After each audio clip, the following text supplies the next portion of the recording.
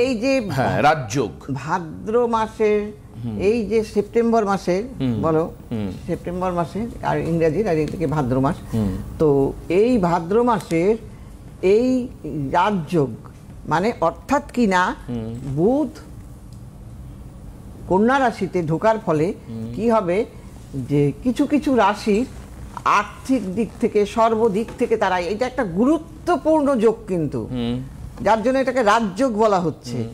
আর এই সময় মিথুন রাশি, তুলা রাশি, ধনু রাশি, বৃশ্চিক রাশি এরা কিন্তু বিরাট লাভবান হবে। আচ্ছা, সেটা অর্থের দিক থেকে হতে পারে, সেটা চাকরির দিক থেকে হতে পারে। মিথুন, বৃশ্চিক, তুলা, ধনু, হ্যাঁ, এরা কিন্তু খুব ভালো ফল পাবে। আর এইবার ভালো ফল পাবে মানেই যে পাবে, তার সেই গ্রহটাকেও আবার ভালো থাকতে হবে, কেন দেবে তো বুধ।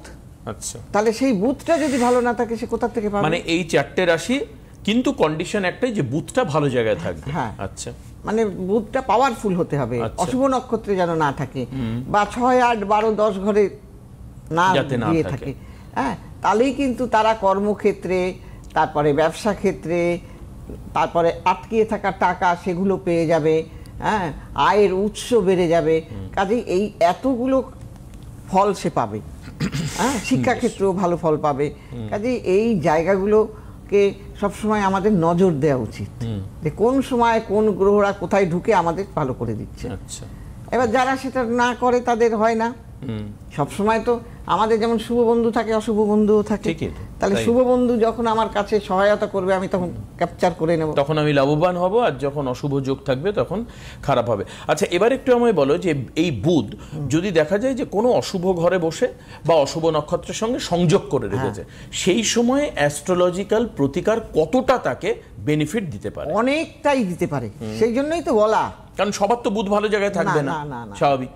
যাদের থাকবে তারা পাবে, যাদের থাকবে তারা তো অটোমেটিক্যালি অটোমেটিক পেয়ে যাবে। বাদবাকিরা কি?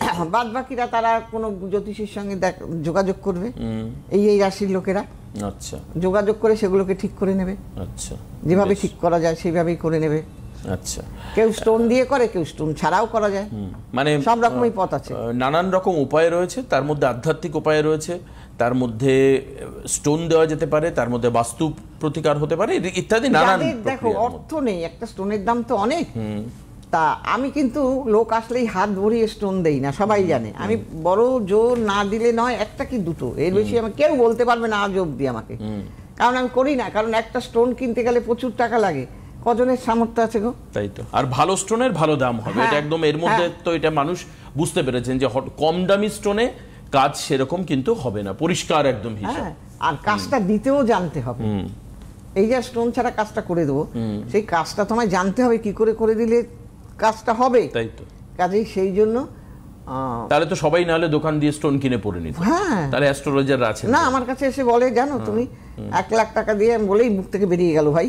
যাই হোক, কিছু মনে করবে না। ঠিক আছে, স্টোনের দাম তো এরকমই 1-1.5। যাই হোক, একটা দোকান থেকে কিনেছে, তারপরে সে এসে বলছে, দিদি আপনার দেয়া প্রতিকারে যা ভালো কাজ হয়েছে, আমি স্টোনে সে কাজ পাচ্ছি না। কিনেছি স্টোনটা ঠিকই, তাহলে ঠিক কথা একদম। তারা মারাত্মক মারাত্মক আমার কাছে প্রতিকারে কাজ পায়। আচ্ছা, একটা জিনিস আমাকে বলো।